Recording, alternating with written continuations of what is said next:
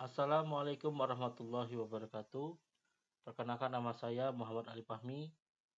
Saya merupakan dosen program studi teknik industri di Sekolah Tinggi Teknologi Muhammadiyah Cilengsi. Pada kesempatan kali ini saya mencoba untuk menjelaskan aspek bidang pengajaran yang telah saya lakukan.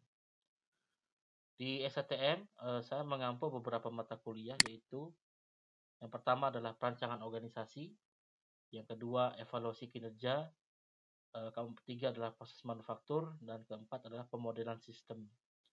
Di mana dalam penerapan proses perkuliahan kami menggunakan blended learning, yaitu gabungan antara kombinasi antara kuliah online dan kuliah tatap muka di kelas. Dan juga kami menerapkan delivery, interaction, dan assessment pada proses pengajaran. Pada kesempatan kali ini saya coba jelaskan salah satu contoh mata kuliah yang saya ampu, yaitu evaluasi kinerja. Definisi dari mata kuliah adalah merupakan mata kuliah yang membekali pengetahuan dan keterampilan kepada mahasiswa dalam melakukan sebuah proses evaluasi yang berkelanjutan terkait kinerja SDM atau tenaga kerja dalam organisasi, terkait seberapa baik mereka melakukan pekerjaannya dan mengkomunikasikannya kepada tenaga kerja.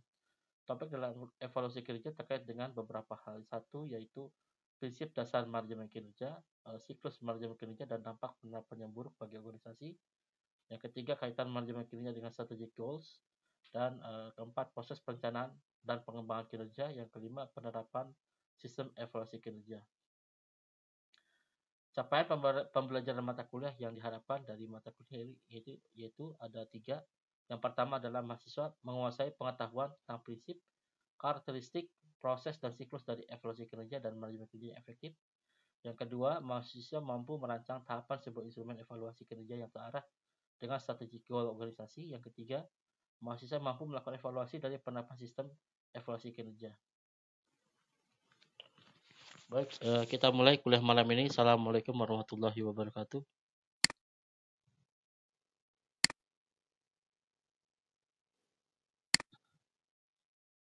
Ya, kuliah malam ini adalah lanjutan dari kuliah sebelumnya.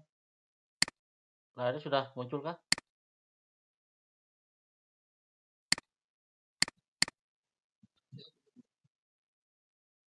Sudah belum ada.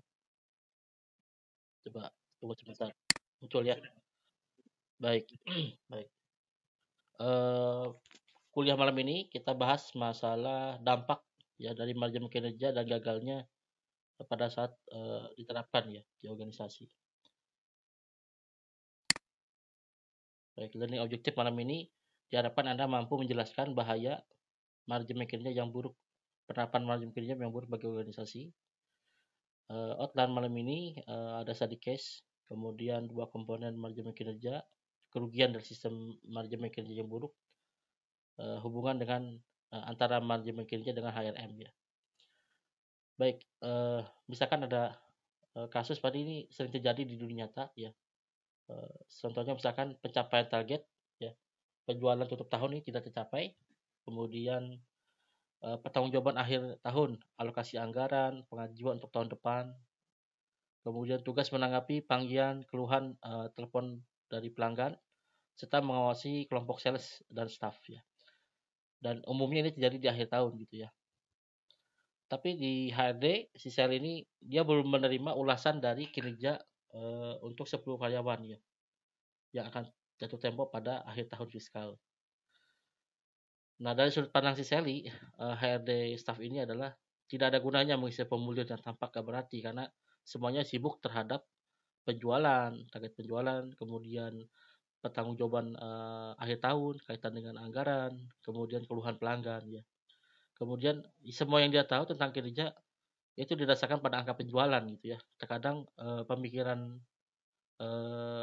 top manajemen yang tidak paham akan ini pikiran sempit hanya terhadap angka penjualan gitu. Kemudian tidak ada yang terjadi dalam hal penghargaan terlepas dari peringkatnya, kemudian masa sulit organisasi, kemudian penyusunan gaji ya, dan kurang memiliki 3 hari untuk mengembalikan formulir. Apa yang akan dia lakukan gitu ya? Ya, dia memutuskan untuk mengikuti jalan pelan paling sedikit, yaitu untuk tolong karyawannya dan beri semua orang perangkat maksimum gitu ya. Padahal bisa jadi hakikatnya tidak seperti itu aktualnya gitu ya. Nah, hal-hal ini terkadang terjadi dan sering terjadi di organisasi manufaktur dan kaitan dengan organisasi cukup besar yang tidak tanda kutip belum memperhatikan aspek manajemen kerja dengan baik. Nah, di tempat Anda sendiri mungkin sudah bekerja, apakah hal ini ada yang terjadi seperti ini? Halo, Rehan mungkin ada putus-putus suaranya, buat sinyalnya seperti itu. Oke, ya aspek sinyal ini ya. Nah, kemudian tentu disebut apakah ini yang disebut dengan performance management gitu. Tentu saja bukan gitu ya, karena kalau performance manajemen berjalan, tentu tiga hal tadi itu tidak tercapai karena pada hakikatnya eh, aspek kinerja dari setiap karyawan itu bakal berpengaruh terhadap tiga hal di atas tadi gitu. Nah, ini kadang yang tidak dimengerti atau mungkin kadang manajemen top ini tidak aware terhadap hal ini gitu ya. Nah, manajemen kinerja adalah proses yang berkelanjutan untuk mengidentifikasi, mengukur dan mengembangkan kinerja individu dan tim, kemudian menyelesaikan kinerja dengan tujuan strategis dari organisasi. Nah, coba kita bahas dari masing-masing definisi tadi ya. Pertama tentunya ada continuous improvement ya. Manajemen kinerja adalah proses yang sedang terjadi, ia melibatkan proses penetapan tujuan dan sasaran, mengamati kerja pemberi dan menerima pelatihan dan pembalik yang berkelanjutan. Jadi di sini continuous improvement tidak hanya berlaku di aspek proses lapangan gitu ya, proses di workshop misalkan, tapi juga terjadi di manajemen kinerja ya. Bagaimana setiap individu itu setiap tahun direview, kemudian diberikan feedback untuk melakukan improvement baik itu pelatihan, coaching maupun aspek peningkatan skill individualnya. Ya, tujuannya apa? Agar dia bisa menjadi support fondasi bagi aktivitas di atasnya. Kalau di bawahnya lancar, otomatis atas juga akan lebih baik gitu ya. Dan terus sampai ke atas gitu. Jadi aspek di sini continuous improvement tidak hanya berlaku di proses manufaktur tapi juga di HRM ya.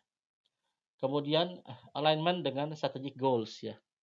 Jadi seperti dijelaskan pada kuliah sebelumnya, kaitan manajemen kinerja dengan strategic plan itu sangat terkait erat ya. Bahwa strategic goal atau strategic planning itu merencanakan masa depan, menentukan tujuannya, tetapi yang mengukur setiap prosesnya adalah manajemen kinerja dan turunannya sampai ke evaluasi kinerja gitu ya. Jadi ini tujuannya adalah me-align antara strategic goals ya dengan manajemen kinerja. Jadi ujung-ujungnya ketika strategic goal diterapkan, maka akan ada turunan target. Nah, target ini akan menjadikan aspek yang diukur di tahapan individual. Berikutnya, apa kerugian dari sistem kinerja yang buruk ya? Nah, satu, tingkat disiplin karyawan meningkat ya. Oh, sebentar. Oh iya. Oke, terima kasih reminder. Ya. Oke, kita lanjut ya. Nah, jadi kalau sistem kinerja buruk, maka tingkat disiplin karyawan naik atau turnover karyawan sangat akan meningkat ya, karena tidak betah dengan kondisi yang terjadi. Baik buruknya sama itu ya, mereka yang effortnya bagus dan tidak juga dikasih yang sama akan menyebabkan kecemburuan sosial yang pada akhirnya karyawan memutuskan untuk pergi dari perusahaan, beralih ke perusahaan yang lebih baik. Kedua, informasinya salah, nanti bisa menggunakan informasi yang salah. Jadi ketika dia merasa kenapa saya tidak tidak naik nih, gitu kok ini yang sebelahnya yang menurut dia tidak begitu bagus kok naik ya, ini jadi akan ada salah informasi gitu ya. Kemudian kepercayaan diri karyawan akan turun karena dia merasa kok saya sudah bekerja maksimal tapi tidak mendapatkan reward yang sesungguhnya, reward yang seharusnya gitu. Keempat, buang waktu tenaga ya, merusak hubungan, mengurangi motivasi kerja, ketidakpuasan karyawan tentu saja dari 1 sampai 6 tadi, meningkatkan potensi tuntutan hukum ya, lama-lama bisa jadi ada potensi tuntutan hukum dari karyawan terhadap pihak manajemen. Tuntutan yang tidak benar dari manajemen maupun karyawan gitu ya. Kemudian double standar yang bervariasi dan meningkatnya bias, dan terakhir rating yang tidak fair. Nah, tentunya semua kerugian ini umumnya ada yang terjadi secara keseluruhan, tapi juga ada beberapa yang mungkin 1-2 yang terjadi. Misalkan 1, 2 ini akan berpengaruh terhadap yang lain gitu ya dan sebagainya. Tapi yang jelas ke-12 faktor ini akan muncul ketika manajemen kerja tidak diterapkan dengan baik dan benar. Gitu. Sampai sini ada pertanyaan? Oke, kalau tidak ada kita lanjut ya. Baik, kata kaitan program manajemen kerja dengan HRM, apa sih kaitannya Pak dengan antara keduanya? Jadi karyawan, ya, karyawan di sini akan dinilai yang memiliki potensi ya, akan di assessment. Sehingga dia akan mendapatkan career planning yang lebih jelas ke depan. Di sisi lain, program MK ya, itu juga menyiapkan pelatihan dan di pekerjaan dan bimbingan ya. Dan juga program pelatihan di dalam atau di luar perusahaan. Jadi dengan ini karir path dari karyawan itu jelas ya ketika dia duduk dari mulai operator tingkat menjadi foreman ya karena dia memiliki pilihan yang bagus maka dia akan jelas karirnya. Dan dari sisi pihak dari sudut pandang si karyawan dia pun melihat bahwa oh ini ternyata effort saya dinilai gitu ya. Saya punya career yang jelas di sini, karir yang jelas. Tapi kalau tidak ada seperti kalau penerapannya buruk maka otomatis career planning tidak ada. Ini yang menyebabkan karyawan resign, ya, merasa tidak puas dan sebagainya. Jadi kaitan di sini program MPA itu menyiapkan program pelatihan ya untuk karir-karir tertentu ya kemudian pelatihan pekerjaan di bimbingan ya, di karyawan. Jadi saling terkait antara keduanya itu seperti ini kurang lebih gambarannya ya. Oke, mungkin ada pertanyaan atau diskusi yang mau disampaikan tadi semua?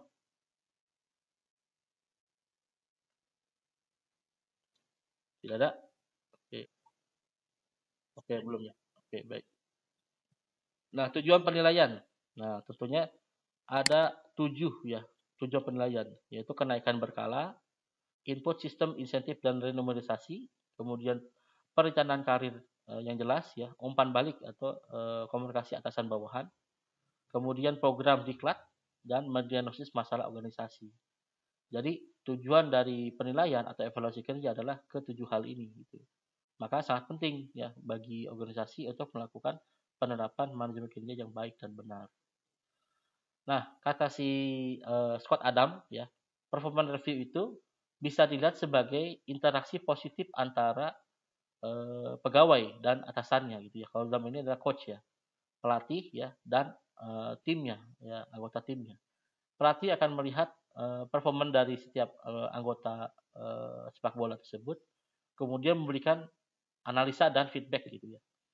Oh, tadi misalkan ini kurang di sisi sayap kanan, mesti bagaimana, sayap kiri bagaimana. Nah, itulah kurang lebih hubungan atau gambaran antara pelatih dan anak didiknya. Nah, seperti itu pula gambaran performance manajemen atau evaluasi kinerja di organisasi ya. Atasan atau manajer sebagai coach, bawahannya adalah sebagai anggota timnya. Dia harus melihat performa timnya seperti apa, kemudian kira-kira apa yang mesti diimprove ya. Kalau sudah baik maka bagaimana mempertahankannya atau bahkan meningkatkannya dan menciptakan secondary man di organisasinya. Jadi di sini eh, keywordnya adalah adanya interaksi positif ya. Jadi disebut manajemen kinerja atau evaluasi kinerja adalah interaksi positif, bukan negatif. Kemudian komunikasi terkait hasil. Nah ini penting ya. Jadi hasilnya itu disampaikan kepada orang bersangkutan. Kamu begini pekerjaannya ya hasilnya, kurangnya di sini atau bagusnya di sini. Kasih feedback yang baik dan benar. Dan ini masukan positif ya. Kemudian kesemuanya itu bekerja sama untuk mencapai performa maksimal. Bagaimana sih kita mendapatkan produksi yang meningkat dan kualitas yang meningkat. Nah itu juga menjadi ujung tombak hasil dari proses evaluasi kinerja. Jadi kalau aspek evaluasinya bagus, kemudian mereka bersemangat untuk mengejar tujuan dan memiliki tujuan di akhir ya. Kalau bagi si karyawan akan mendapatkan reward misalkan atau bonus akhir tahun, mereka semangat untuk mengejar produksi dan sebagainya. Jadi kita bisa gambaran adalah seperti pelatih dan anggota timnya gitu ya. Nah, penyebab kegagalan sistem kerja nih. Nah, ini kadang utamanya gini. Sistem penilaian ini dicukup dianggapkan sebagai cuma ngisi form saja gitu. Hanya sebuah alat atau instrumen untuk dokumentasi penilaian. Anggapan ini hanya semata untuk menentukan besarnya kenaikan upah atau gaji atau bonus. Dan terakhir tidak ada dukungan dari manajemen. Jadi anggapan ini, yang paradigma ini yang harus kita rubah dan dibalik ya, bahwa ternyata evaluasi kinerja bukan hanya masalah kenaikan gaji atau bonus atau upah, tapi keberlangsungan organisasi sebenarnya. Ya, coba Anda bayangkan, ya organisasi yang memiliki karyawan yang produktif ya, otomatis dia memiliki daya saing. Tapi kalau organisasi tidak memiliki karyawan yang optimum dari sisi kinerjanya, maka dia tidak memiliki daya saing yang rendah.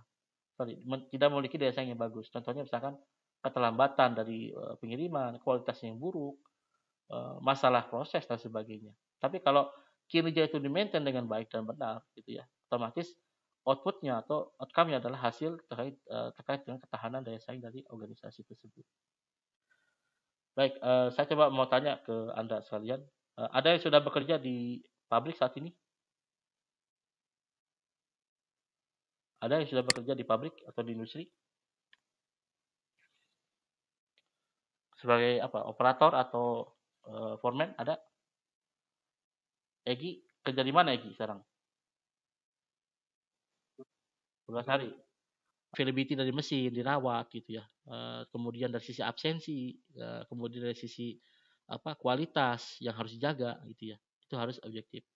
Tapi kalau tidak ada standar, ya tidak terjadi penilaian yang baik. Yang kedua, tidak relevan standarnya. Nah, ini tidak ditetapkan melalui proses analisis jabatan, jadi asal gitu ya. Ini juga berbahaya. Yang ketiga, tidak realistis, tidak tercapai atau tidak masuk akal targetnya. Ini juga berbahaya kinerjanya ya, atau penilaian kinerjanya. Yang empat, ukuran prestasi tidak tepat, ya, tidak sesuai gitu. Kelima, kesalahan penilai, adanya bias, ya, kemudian halo efek dan umpan balik yang buruk ya, tidak ada komunikasi dari awal dan akhir. Jadi lagi-lagi jelas komunikasi ini penting di antara atasan bawahan seperti pelatih terhadap anggota timnya gitu ya. Dan komunikasi yang negatif ya. Nah, ini tadi adanya arogansi, ya kaku, tidak mau sikap membela diri yang berlebihan ya. Kalau dia salah ya harusnya akui salah. Kalau kita salah tidak tercapai ya kita akui, tapi kita perbaiki ke depannya.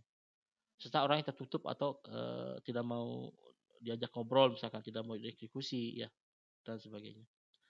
Terus pertanyaannya bagaimana melakukan program manajemen kinerja yang baik? Satu, sepakati terlebih dahulu apakah sebenarnya tujuan dari penerapan MK ini. Apa yang mau dicapai? Terkadang nih dari pengalaman saya, terkadang yang diinginkan terlalu muluk-muluk gitu. Padahal tidak sesuai dengan kapabilitas dari si ownernya atau si pemilik perusahaan. Jadi misalkan gini, targetnya, coba saya tanya kepada Anda nih. Rehan? Ada Rehan? Rehan? Atau oke. Rehan bisa main bulu tangkis? Bisa. Misalkan Rehan saya targetin jadi juara nasional 3 bulan, bisa nggak? Nggak bisa kan gitu. Itu yang saya maksud tidak realistis. Jadi jangankan nasional dulu, tapi tahapan level RT dulu tanganin kan. Kalau RT-nya berhasil baru naik gitu. Nah, terkadang owner begini ya, pengalaman saya.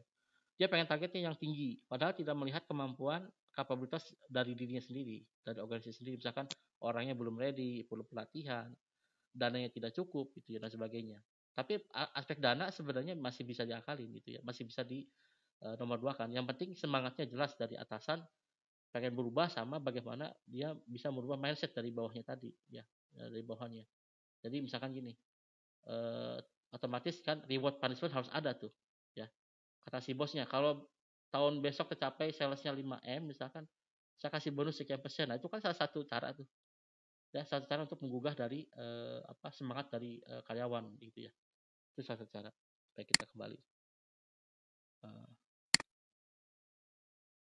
Terus yang kedua, untuk apa harus dibuat dan dilaksanakan? Nah, ini juga harus jelas agar tahu baik dari sisi pimpinan perusahaan sampai ke bawahan harus tahu ini buat apa sih sebenarnya. Ini perlu adanya penyamaan mindset gitu ya, penyamaan paradigma gitu. Yang tadi saya bilang bahwa jangan sampai cuma sekedar ini form saja, form akhir tahun yang dinilai. Tidak. Ini adalah performa karyawan yang dinilai secara berkala dari mulai harian, berlanjut ke mingguan, ke bulanan, akhirnya ke kuartal dan tahunan gitu ya. Apakah dalam usaha meningkatkan kerja, nah, ini keseluruhan atau tidak? Nah, ini juga menjadi kesepakatan harus disepakati. Apakah mau pilot project di satu bagian tertentu saja atau mau secara keseluruhan? Tentunya effortnya berbeda ya. Effortnya berbeda. Tentu pilot project lebih gampang dibandingkan dengan secara keseluruhan. Kalau pilot project berhasil, maka diterapkan ke tempat lain. Kemudian sekedar mencari dasar aja gitu. Ya. Oh, betul. Maaf.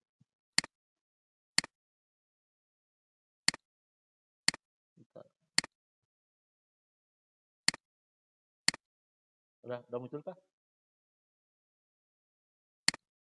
Belum. Ini kan kendala sinyal lagi nih kayaknya. Kendala sinyal. Oke. Ini kendala sinyal kayaknya. Atau mungkin videonya di off dulu deh biar biar sinyal lebih baik. Coba di off dulu kameranya. Ya.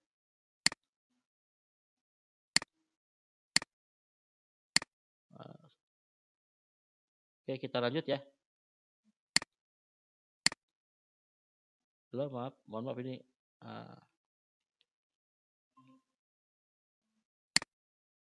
oke, kita coba lagi ya. Oke, sudah terlihat?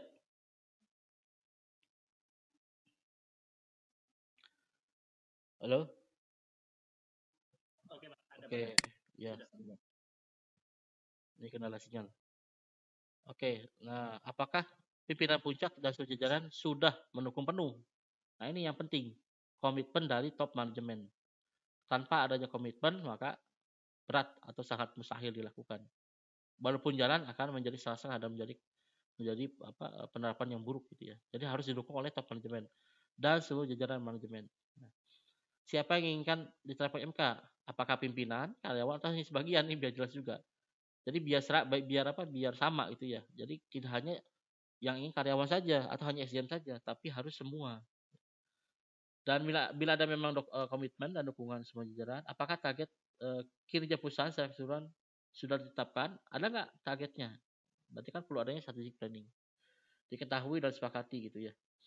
Apakah pencapaian target sebenarnya tergantung pada usaha prestasi SDM atau faktor teknologi? Ini juga perlu ditelaah lebih jauh ya. Apakah kalian sudah dibekali pengetahuan?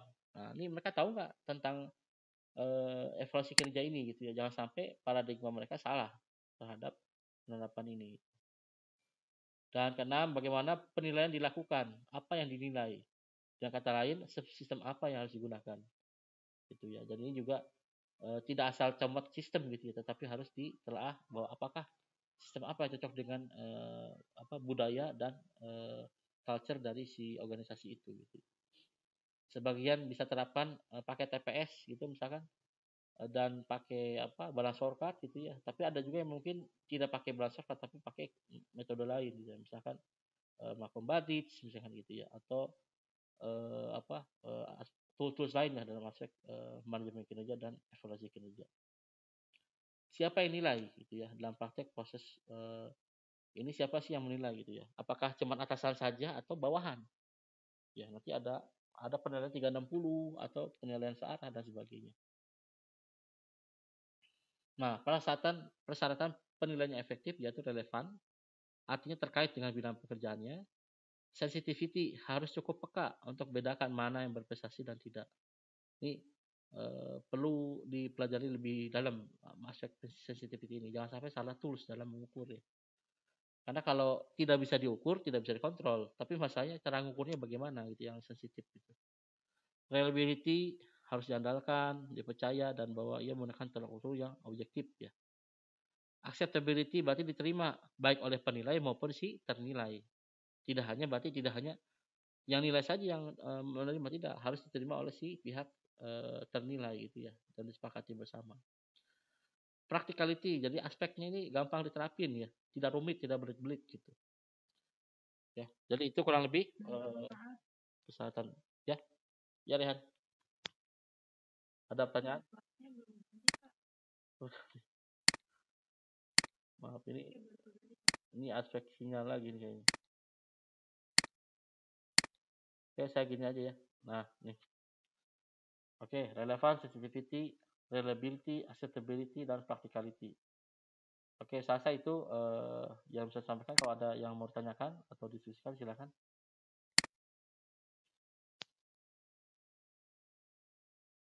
Atau saya tanya ya, misalkan di tempat Anda nih, siapa yang sudah memiliki sistem penilaian evaluasi kinerja di level operator atau level karyawan? Ada yang punya? Yang sudah menerapkan gitu? Egi atau Rehan mungkin? Oh, Pak Wawan gimana? Seperti apa tuh?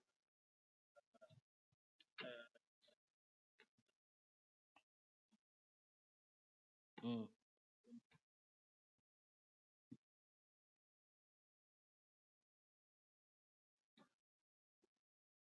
hmm,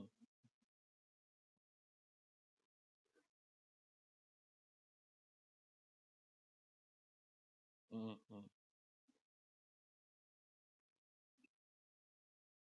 hmm.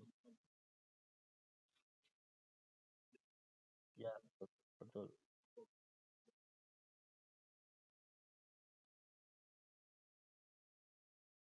Hmm, hmm,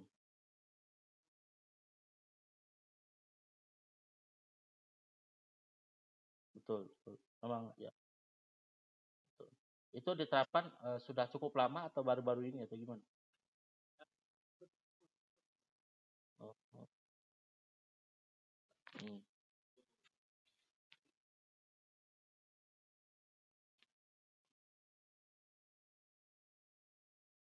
hmm,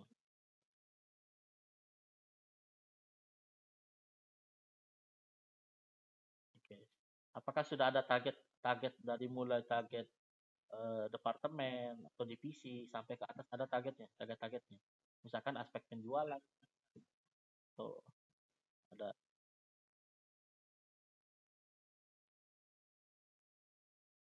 Hmm, hmm, hmm,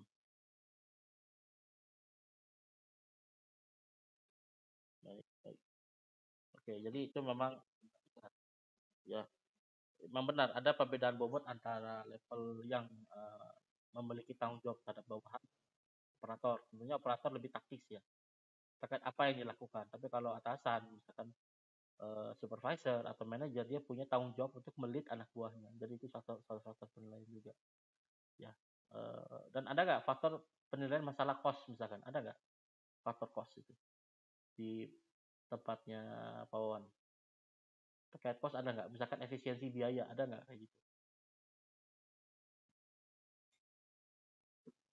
Oh, oh, kaitan dengan penilaian ada nggak aspek terkait dengan biaya, efisiensi biaya, ada nggak target seperti itu di tempatnya? Halo, masuk suaranya? Ini soal apa, jaringan lagi sepertinya nih.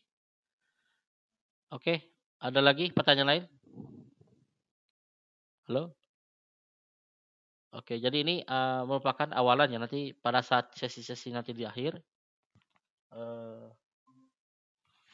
akan ada pembelajaran masalah balance scorecard, nanti lebih jelas di situ. Apa sih kaitan faktor manusia atau faktor HRM atau human resource terkait tiga faktor di atas, misalkan kaitan faktor sama operasional, kaitan dengan faktor aspek dari sisi biaya atau finansial, dan terakhir customer. Jadi ada kaitannya itu nanti ya dalam aspek nanti mata kuliah di pembahasan balance scorecard. Nanti mulai lebih jelas, oh ternyata ini apa hubungannya, bahwa aktivitas yang dilakukan di level SDM itu berpengaruh terhadap sampai ke customer gitu. Karena berjenjang ya, dari mulai HRM kemudian naik ke operasional, naik ke aspek finansial, naik ke aspek customer gitu. Jadi itulah pentingnya evaluasi kinerja diterapkan dan dengan baik dan benar. Kalau tidak, maka otomatis tiga data akan runtuh gitu atau akan sulit dicapai seperti itu. Sasa itu kuliah kita malam ini ya. Eh, Kalau tidak ada pertanyaan lebih lanjut, saya akhiri. Atau ada pertanyaan lagi terakhir sebelum saya tutup? Cukup ya. Baik. Oke, terima kasih Sasa. Udah sampai sini. Terima kasih. Wassalamualaikum warahmatullahi wabarakatuh.